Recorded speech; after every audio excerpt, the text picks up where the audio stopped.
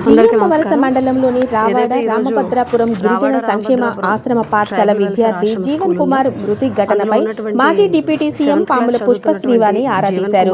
శనివారం ఆ పాఠశాలను సందర్శించిన ఆమె విద్యార్థి ఏ విధంగా చనిపోయాడన్న దానిపై వివరాలు సేకరించారు.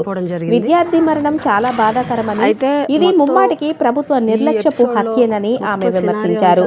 గిరిజన సంక్షేమ శాఖ మంత్రి తూతూ మంత్రంగా పర్యవేక్షించారే తప్ప చర్యలు తీసుకోలేదన్నారు. అంటే పూర్తి రెస్పాన్సిబిలిటీ ఏఎన్ఎంను నియమిస్తామని మంత్రి తొలి సంతకం చేశారే కానీ ఆ దిశగా చర్యలు శూన్యమని విమర్శించారు.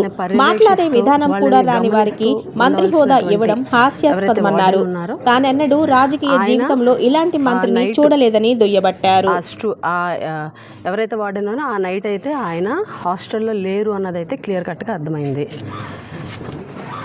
బుధవారంన మార్నింగ్ 6 o'clock అయ్యేసరికి స్టూడెంట్స్ అంటే తన ఫ్రెండ్స్ తన రూమ్మేట్స్ వెళ్ళేసరికి కుర్రాడు లేవలేదని, అప్పటికే చనిపోయాడని హాస్పిటల్కి తీసుకెళ్తే పక్కనే పిహెచ్సి ఉంది కాబట్టి తీసుకెళ్తే డాక్టర్స్ నిర్ధారించి పేరెంట్ ఎవరైతే ఉన్నారో ఆ జీవన్ కుమార్ ఫాదర్కి ఫోన్ చేస్తే ఆయన ఆల్రెడీ కురుపాంలో ముందు రోజు నైట్ కుర్రోడు ఆధార్ కార్డు కోసం తీసుకురమ్మని ఫోన్ చేస్తే ఆయన ఆల్రెడీ బయలుదేరి కురుపాంలో ఉంటే ఫోన్ చేసిన హాఫ్ అన్ అవర్లోనే తండ్రి రావడం, వచ్చి గగ్గోలు పెట్టడం, బాధపడడం, తర్వాత డెడ్ బాడీని తీసుకెళ్లేటువంటి క్రమంలో తండ్రి యొక్క సెల్ని వార్డెన్ ఆయన సమక్షంలో పెట్టుకొని డెడ్ బాడీ ఊరికి వెళ్ళే వరకు కూడా కనీసం ఆ విద్యార్థి యొక్క తండ్రికి ఫోన్ ఇవ్వకపోవడం ఇవంతా కూడా అనుమానాస్పదంగా ఉంది.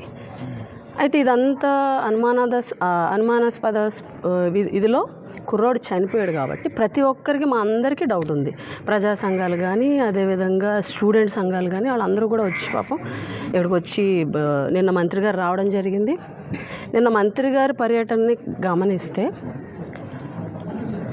తూతూ మంత్రంగా విజిట్ చేసి ఏదో వచ్చామా వెళ్ళిపోయామా అన్న చందంగా మాత్రమే మంత్రి గారి పర్యటన కొనసాగిందన్నది సుస్పష్టం. ఎందుకనంటే మంత్రి గారు వచ్చిన తర్వాత ఇక్కడికి వచ్చి ఇక్కడ మాట్లాడి విజిట్ చేసి ప్రెస్ని అడ్రస్ చేస్తూ మంత్రి గారు మాట్లాడుతూ మేము మాట్లాడడం జరిగింది, ఎలా చనిపోయాడో తెలీదు, ఆ తండ్రికి కష్టంగా ఉంటుంది అంటే ఎలా చనిపోయాడో తెలీదు అన్న క్లారిటీ కూడా మంత్రి గారు ఇవ్వడం జరిగింది. అలాగే మేము ఒకటే మంత్రి గారిని అడుగుతున్నాం, ఇంత పెద్ద సంఘటన ఒక అనుమానాస్పదంగా ఒక విద్యార్థి చనిపోతే అసలు ప్రభుత్వం ఏం చర్యలు తీసుకుందని మేము డిమాండ్ చేస్తున్నాం, మేము ప్రశ్నిస్తున్నాం. మంత్రి గారు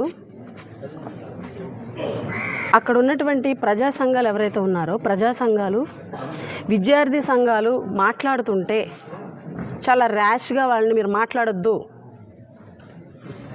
ఓన్లీ తండ్రి చెప్తేనే మేము ఎంక్వైరీ వేస్తాం, మీరు ఎవరు మాట్లాడి నేను ఎంక్వైరీ అయ్యను.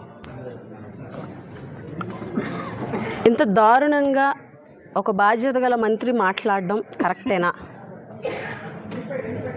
ఒక విద్యార్థి మృతి మీద ఆశ్రమ స్కూల్లో ట్రైబల్ వెల్ఫేర్ ఆశ్రమ స్కూల్లో ఒక విద్యార్థి మృతి మీద అనుమానం వ్యక్తం చేస్తే ప్రజలు, ప్రజా సంఘాలు, విద్యార్థి సంఘాలు, ప్రతిపక్షాలు అనుమానం వ్యక్తం చేసినప్పుడు ఆ అనుమానాన్ని నివృత్తి చేసి ఎంక్వైరీ చేసి బాధ్యులు ఎవరైతే ఉన్నారో వాళ్ళ మీద చర్యలు తీసుకొని ప్రభుత్వ పరంగా ప్రజలకు ఒక భరోసా ఇవ్వాల్సినటువంటి బాధ్యత మీలో లేదా?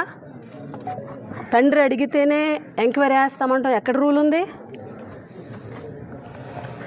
అంటే తండ్రిని బెదిరించో లేకపోతే ఇంకోటి చేసో మ్యానిపులేట్ చేసో మా వాళ్ళ అమాయకులు కాబట్టి సైలెంట్ చేసేయచ్చు. కానీ ప్రజా సంఘాలు, విద్యార్థి సంఘాలు, ప్రతిపక్షాలు ఉన్నది దేనికి? ఏఎన్ఎంస్ గురించి మాట్లాడారు. ఏఎన్ఎంస్ని వేసేసామన్నారు ఫస్ట్, తర్వాత మళ్ళీ గుర్తొచ్చినట్టుంది వేయలేదని. వస్తారు త్వరలో.